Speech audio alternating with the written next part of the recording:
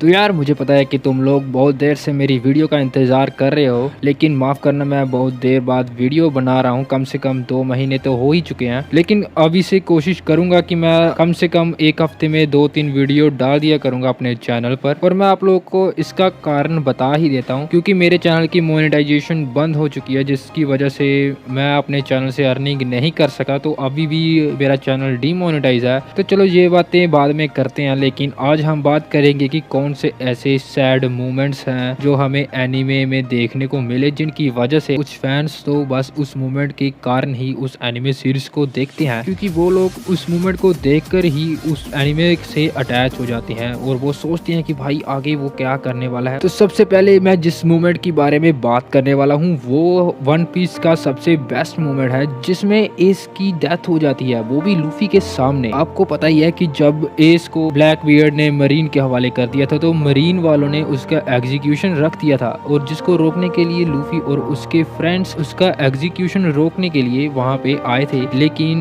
भाई वो नाकामयाब रहे, क्योंकि एस को लूफी को बचाना था और लूफी हमारा मेन कैरेक्टर है, तो भाई उसका जीना तो बनता ही है। लेकिन उसकी वजह से हमें हमारा फेवरेट कैरेक्टर उस एनिमे सीरीज से हटता हुआ देखने को मिला। लेकिन जब मैंने ये मूवमेंट देखा ना, तो भाई खुद भी मैं रो पड़ा था। लेकिन अगर आप लोग ने अभी तक वन पीस भी नहीं देखा, तो भाई तुम लोगों का एनिमे फैन होना एक कचरे के बराबर है। अगर तुम लोग सोच रहे हो कि ये एनिमे सीरीज के बहुत सारे एपिसोड्स हैं जो कि आप लोग नहीं देख सकते, तो भाई अगर आप एक सीरीज एक दिन में खत्म कर सकते हो, जिसके कम से कम 12 से 24 एपिसोड होते हैं, और आप लोग उसे एक ही दिन में खत्म कर देते हो, तो भाई इसके तो सिर्फ 900 ही है।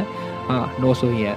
तो मैंने भी तो इसको 1 महीने में ख़त्म किया था। भाई आप खुद ही अंदाज़ा लगा सकते हो कि एक दिन में मैं कितने एपिसोड देख रहा था। लेकिन अभी मुझे इतनी जल्दी नहीं है इस एनिमे को ख़त्म करने के लिए, क्योंकि अभी इसका 993 एपिसोड आया है, और मैं उम्मीद कर रहा हूँ कि अगला एपिसोड भी जल्द ही आ जाए और मैं उसे जल्द ही देख लूँ। और तुम लोग को ये बातें बाद में बताऊँगा, क्योंकि इसकी वजह से मेरी वीडियो ज़्यादा लेंथी हो जाएगी। तो मैं अभी दूसरे मूवमेंट के बारे में बात करने वाला हूँ। तो दूसरा मूवमेंट भी बहुत ही रुला देने वाला एपिसोड है। तो ये एपिसोड मैंने नारुतो फ्रेंचाइज से उठाया है। इस मूवमेंट में जिराया की डेथ हो जाती है, और जब नारुतो को ये सब पता चलता है, तो भाई वो अंदर से एकदम ही टूट सा जाता है भाई, क्योंकि बचपन से ही उसके माता पिता तो उसे छोड़ ही गए थे, और इरुका सेंसे भी उसको एक बार मारने के लिए ग्रेवयार्ड में गया था, लेकिन बाद में इन दोनों का रिलेशन बहुत ही अच्छा हो गया। नारुतो ने भी आखिर में इरुका सेंसे को अपने फादर जैसा दर्जा दिया। और जब हम नारुतो की बात कर रहे हैं, तो बोरुतो एनिमे सीरीज की भी बात कर ही लेते हैं, क्योंकि तुम में से बहुत सारे लोग नारुतो के फैन तो हो गए ही।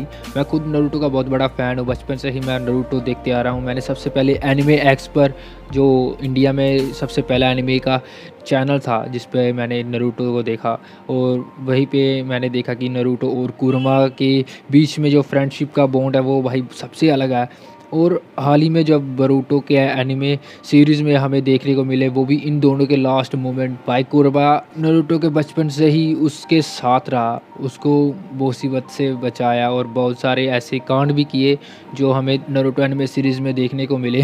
तो भाई अभी बोरुतो में इसके लास्ट मोमेंट हमें देखने को मिले, कुरमा नारुतो को छोड़ जाता है, जिसमें ये मोमेंट देखकर भाई मैं खुद बहुत ही ज़्यादा इमोशनल हो गया। भाई जीवन के साथ फाइट करते हुए, वो तो ठीक है कि उसको पावर अप मिला, उसको बिरोन मोड में हमें बहुत अमेजिंग मोड देखने को मिला नारुतो का, लेकिन उसकी वजह से कुरमा अपनी लाइफ स्पेन को कम करता है, और आखिर में वो नारुतो को छोड़ जाता है।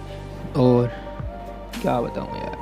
तो चलो यार अगले मोमेंट के बारे में बात करते हैं, और वो है डीमन स्लेयर। डीमन स्लेयर की शुरुआत में ही तांजीरो अपने परिवार के पेट पालने के लिए अपने घर से बाहर निकलता है, और रात को वो किसी के घर स्टे कर लेता है। और जब वो सुबह अपने घर वापस पहुंचता है, और वो देखता है कि उसके परिवार को कोई डीमन ख़त्म कर जाता है, और उसकी बहन को एक डीमन बना देता है, और अपनी बहन को बचाने के चक्कर में उसका सामना होता है एक डीमन स्लेयर से, और वो उससे फाइट करने की कोशिश करता है। हालांकि वो नॉकआउट हो जाता है, और उसकी बहन उसको प्रोटेक्ट करने के लिए उस डीमन स्लेयर से फाइट करती है। और इस मूवमेंट में हमको पता चलता है कि ये एनिमे सीरीज आगे कितनी अमेजिंग होने वाली है, और इसी वजह से मैं अभी तक इसके सेकंड सीजन का इंतज़ार कर रहा हूँ भाई।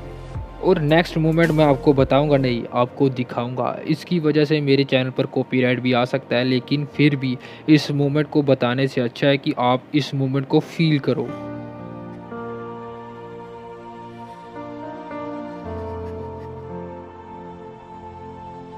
ゴン、残念だけど君を殺さなきゃいけない。俺を殺す？終わってもいい。